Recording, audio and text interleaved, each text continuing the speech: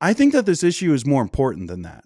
And to be honest, like that kind of ideology, I think is a little too flippant on such a serious issue of how, half of the population, even more than half, how they actually live their daily lives. Like that's an important issue. So while it might not be as crucial as the gospel, obviously, I think it has effects toward that eventually, as far as your Imago Dei and how men can reason better. And we talked about that on Friday in the stream with Dale Partridge's stuff, but Joel Webben kind of saying similar stuff of men just have better discernment and they're smarter, more spiritually minded, and like all that kind of stuff. I think that starts getting into like how men are smarter to pick God than, women are. Like, I think that's a natural trajectory of where that conversation goes.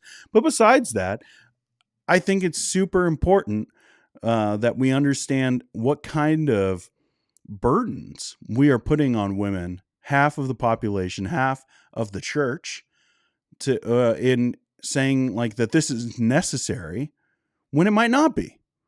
So, like, for anyone who wants to minimalize this conversation and say, like, oh, we shouldn't really go at those guys. They're brothers and sisters in Christ, and we shouldn't get into these arguments, and don't do that online because the world is watching. Yeah, the world's watching the crazy people who are saying all kinds of ridiculous things about women.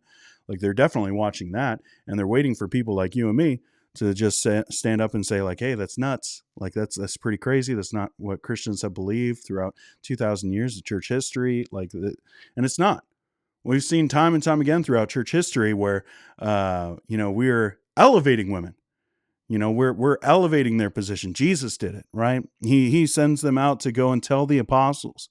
He lets them be the first witnesses of his risen self. Like he says, hey, go. He picks women disciples. He spent most of his time with a family where it was two women and a dude. Like he cares about women and he elevates their positions in the church. Historically has done that. Even, obviously there have been failures. Like, I know you guys can, start typing and being like, well, what about this? What about this? What about this? Of course, there have been all kinds of failures, but overall, over 2,000 years, the church has a pretty good track record of treating women and elevating women far beyond where culture says they are.